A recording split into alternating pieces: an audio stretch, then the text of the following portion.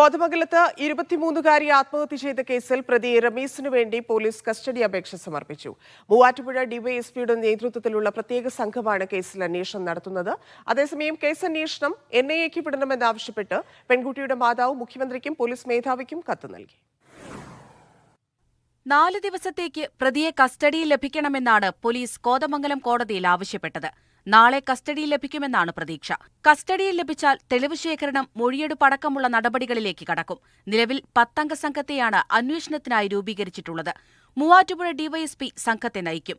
ബിനാനിപുരം, കുട്ടമ്പുഴ SHOമാരും അന്വേഷണ സംഘത്തിലുണ്ട്. പ്രതി റമീസ് നിർബന്ധിത മതപരിവർത്തനത്തിന് ശ്രമിച്ചു എന്ന പരാതിയിൽ തെളിവ് ശേഖരണത്തിന് ശേഷം മാത്രം തീരുമാനമെടുത്താൽ മതിയെന്ന നിലപാടിലാണ് പോലീസ്. വിഷയത്തിൽ നിയമോപദേശം തേടും.